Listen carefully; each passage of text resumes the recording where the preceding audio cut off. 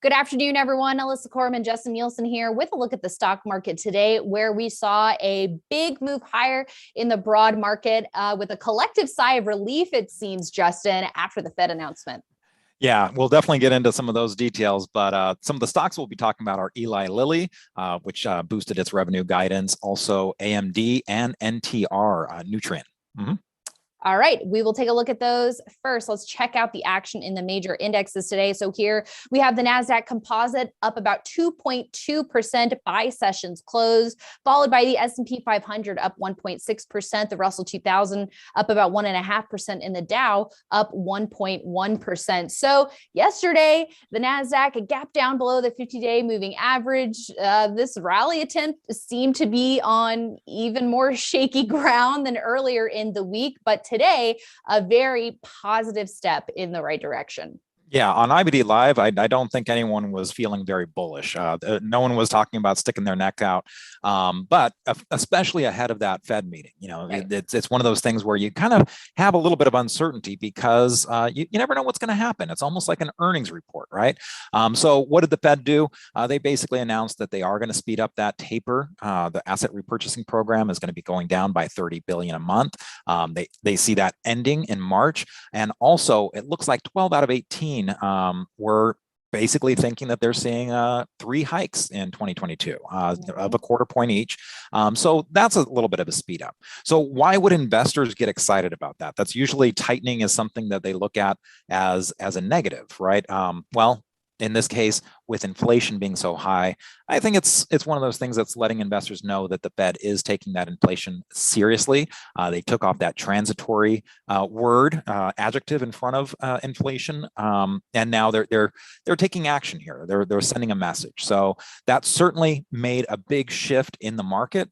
You really saw it right as soon as that Fed meeting policy came out. If you were watching at 11 o'clock Pacific time, 2 o'clock Eastern, it's very marked on the chart exactly when things shifted, and they just got stronger from there. There was a little bit of a pullback, you know, as people started digesting the news, but then it really took off from there. So what does that do for your buying? Well, if you had raised a lot of cash, then hey, maybe you take maybe you take a shot somewhere. But remember that this is not all or nothing. I would never think that anyone should go all in on this. I don't think you should plunge. I think that it's possible that this could be a one-day event. It could be something that's the start of something new. We just don't know at this point. So what can we do? Take it day by day. Look for those setups. Keep your watch list fresh. And if you decide that you're going to dabble a little bit, you can start small and you can always add as the stock is working in your favor. Yeah, and we do have the NASDAQ back above its 21-day line. Same with the QQQ NASDAQ 100. So it'd be great if we can now hold back above that level, right, Justin? Exactly. And, tomorrow will be, I think, very telling. How much of these gains are kept? Are some of these gains given away? Can it remain above the 21-day line? Because, I mean, right now, yes, you're closing above the 21-day line, maybe, but can you stay above there? Can you keep all of your action above there? And, keep in mind that there's still a lot of destruction in individual stocks. So, we're certainly not out of the woods. I mean, just take a look at IWM, which is the iShares Russell 2000 ETF. As we were looking at that today, I mean, look, this was undercutting the previous lows from early December. Now the reversal looks good and this looks promising, but what do we need? We need to see continued action. One day is not enough. Yeah, that's exactly right. Well, Eli Lilly was a standout in today's session, up big, some 10% in really strong volume as well. When we were looking at it during IB Live this morning, it was up strong, but continued to gain throughout the session and broke out of a cup with handle base today, Justin, on some news. Yeah, absolutely. So I would really highly recommend that people take a look at Allison Gatlin's column on this. She wrote about exactly what was going on with Eli Lilly. One of the main things is, hey, they raised their revenue guidance. Part of that is because they got some contracts with the U.S. government for COVID treatments.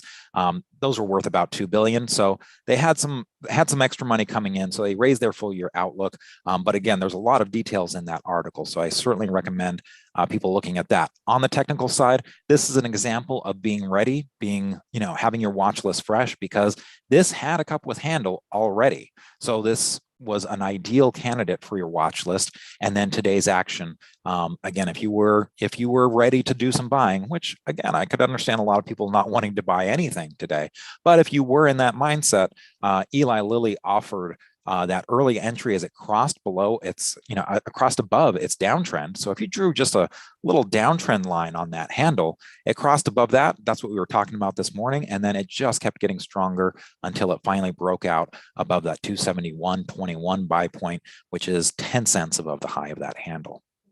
Yep, that's exactly right. And Justin, high beta tech stocks were some of the hardest hit in the most recent uptick in volatility, but are we about to see a tech revival? AMD here among the big movers today, up 8%, and some volume behind this move as well after an upside reversal on Tuesday at that 50-day line. Yeah, the 50-day line, giving that support was, kind of your first step. The strong follow up today was your next step. So I think that it's showing a lot of power. Again, a lot of this was fueled certainly after the Fed meeting, but this one isn't alone. Nvidia, that one also looked very strong. Xilinx, that was looking like a reversal. So there's a number of stocks in this group that are looking strong. And hey, no big surprise, this is the number one group. So despite the destruction that's been happening and across a lot of tech, this group has remained the number one group out of 197 groups. And so I think that just kind of gives you a little bit of a sense that not everything was being destroyed. You kind of look at what is holding up relatively well. And don't get me wrong, this was a fairly steep pullback to that, that 50-day moving average line. But again, as a group, this was holding out relatively strong, especially because that's looking at a 6-month performance, and it was still strong in that regard. Yes. And now let's take a look at NTR, one of those agricultural chemical plays, setting up here, gaining 2.4% today. Some volume behind this one as well as it continues to work on a flat base, but an early entry taking shape here, Justin. Yeah, so we did actually, we put both AMD and NTR Nutrien on Swing Trader, but very, very different action, right? AMD was a much sharper pullback to that 50-day moving average line, whereas Nutrien was a lot more of a flattening out and let that line catch up to the price. That's exactly what happened as it bounced. It, fell below that line for a little bit, but now it's back above the line with strength, with volume. And I'll be honest, we actually got shaken out of this. We had kind of an earlier entry as it gapped up above 70 just, a couple weeks ago. And, we got shaken out, even though it, held at the 50-day moving average line. We're getting a little nervous with the market, but the strength came in today and we bought it right back. And in a way, it might be good to not be all in tech or all in defensive. Right. It certainly was the defensive that was looking stronger today. I mean, you had XLU, the utilities, you had XLRE, the real estate, you had XLV. There were a number of healthcare stocks that were looking strong even before the Fed meeting. But that really shifted and you saw tech come on strong by the end of the day. And XLK is a good representation of that tech space in the sector spider ETFs. Yep, that's exactly right. Okay, so Justin, what kind of prep work should investors be doing tonight to prepare for tomorrow and Friday? Go through your charts. This is one of the great things on MarketSmith. You can run a screen, maybe look for those relative strength line blue dots.